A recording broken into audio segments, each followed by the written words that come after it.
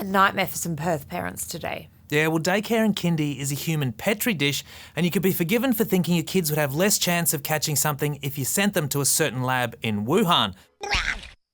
But even with all the gastro and flu and nits, there's still an expectation that little children will be safe in these environments. I'm not so sure you can say that about a primary school in Perth's northern suburbs, after the Education Department confirmed it was investigating allegations of child abuse. A teacher's assistant has been accused of being too rough with the public school's kindy students. How rough is too rough? Well, it's pretty freaking obvious to anyone who knows the law.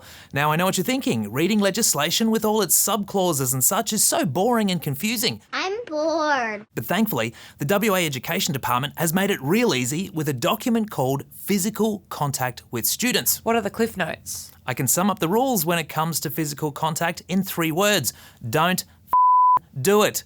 The only time it's okay to make physical contact with a student is as a last resort to prevent the kid hurting themselves or others, like if you're breaking up a fight. But even then, there are limits. Just ask Grant Walton, who made headlines in 2019 for tackling a student to the ground when Walton was Associate Principal of Eton Community College. Walton was stood down for 2 months by the Education Department. The incident was caught on a student's mobile phone. But what the footage didn't show was that Walton was faced with 150 kids who'd rocked up for a fight club, and there was a bleeding student the teacher was trying to protect. He was eventually reinstated after a community backlash against the department and an online petition calling for his return that was signed by more than 6,000 people.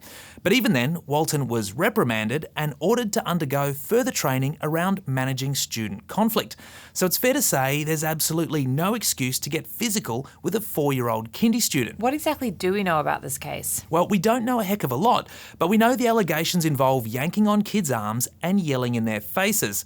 But there are glaciers that move faster than the Education Department investigations, so we might have to wait a while to see where this story goes next.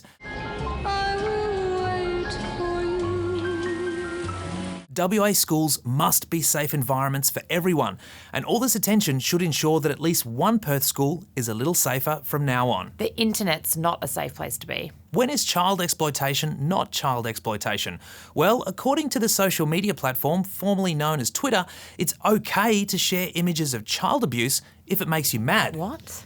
As bizarre as that sounds, executives from Elon Musk's platform actually defended sharing child abuse material in front of a parliamentary committee hearing in Canberra on Thursday. Now, I stopped trying to make sense of Twitter long before Musk came along, but since the tech billionaire's takeover, this online swamp has really turned into a shithole. I'll say what I want to say, and if the consequence of that is losing money, so be it. X does indeed mark the spot for vile posts, including one last month by an infamous far-right troll account run by an American who calls himself Dom Luca. The account of this right-wing influencer, who rose to prominence in the wake of the January 6 Capitol Hill riots, tweeted an image of a toddler being tortured. The image was taken from a notorious child abuse video made by Peter Scully, the rock spider known as Australia's worst pedophile. Luca claims he shared the image to his 640-odd thousand followers to raise awareness about child trafficking. But here's the thing, this guy is popular with those QAnon loonies who peddle baseless conspiracy theories like the one linking the Democrats with pedophile rings in the basement of pizza restaurants. Dom Luca's tweet got 3 million views and 8,000 retweets, and this is a bloke who got famous by pandering to alt-right nutjobs, so you'll have to forgive me for wondering if his motivation for sharing it in the first place wasn't really all that altruistic. What was the response from X? Officially, X has a zero-tolerance policy when it comes to sharing child abuse material, and initially they suspended Luca's account, only to backflip, reinstating him. Green Senator David Shoebridge had a crack at X in the parliamentary hearing on Thursday, asking how that qualified as zero tolerance. Defending the move, an executive from the social media platform said the company was considering making an exception to the policy for people who shared child abuse material on an outrage basis. I'll tell you what's outrageous, that X thinks we don't know they're trying to protect alt-right dickheads who post clickbait that gets promoted by an algorithm and gives their platform more engagement. Musk dresses it up as free speech, but this is about monetising hate speech.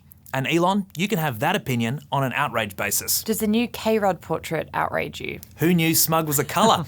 But actually, I don't mind the official portrait of Kevin Rudd and his cat that'll now hang forever in Parliament House. All former PMs get the portrait treatment, and K-Rudd's is certainly not the worst. Look at Stanley Bruce, Australia's 8th PM, who couldn't even look at the painter. Then there's poor Harold Holt, who looks a bit lost. Julia Gillard's portrait was done in a rarely seen style known as extreme close-up, and I actually don't have words to describe whatever the this painting of Gough Whitlam is. Well, firstly, it's quite big.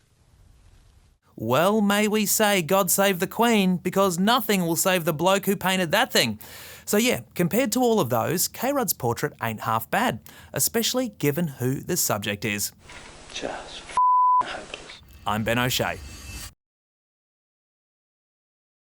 For more update, click the subscribe button below.